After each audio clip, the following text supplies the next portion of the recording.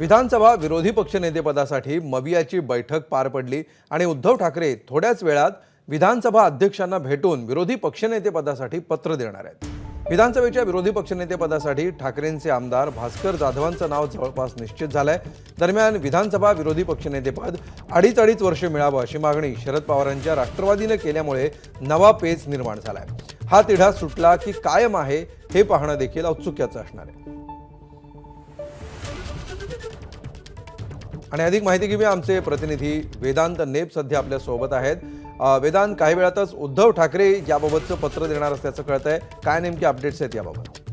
जी माहिती मिळते त्यामध्ये आधी महाविकास आघाडीची बैठक झाली। महाविकास आघाडीच्या बैठकीनंतर आता शिवसेना ठाकरे गट हा विधानसभा विरोधी पक्षनेते पदावर दावा करणार आहे आणि तशा प्रकारचं पत्र हे विधानसभा अध्यक्षांना एक काही मिनिटांमध्ये या पक्षाचे पक्षप्रमुख ठाकरेंच्या शिवसेनेचे पक्षप्रमुख उद्धव ठाकरे हे विधानसभा अध्यक्ष राहुल नार्वेकर यांना देतील। भास्कर जाधव यांचं नाव हे जवळपास निश्चित झाल्याचं कळतंय आणि भास्कर जाधवांचं नाव हे विधानसभा अध्यक्षांकडे विरोधी पक्षनेते पदासाठी दिलं जाईल। आता विधानसभा अध्यक्षांकडे हे सर्व अधिकार असतील की त्यांनी हे विरोधी पक्षनेतेपद द्यायचे की नाही।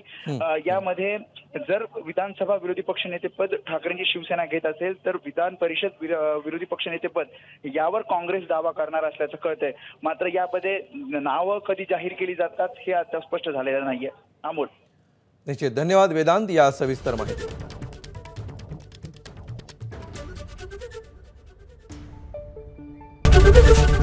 एबीपी माझा, उघडा डोळे बघा नीट।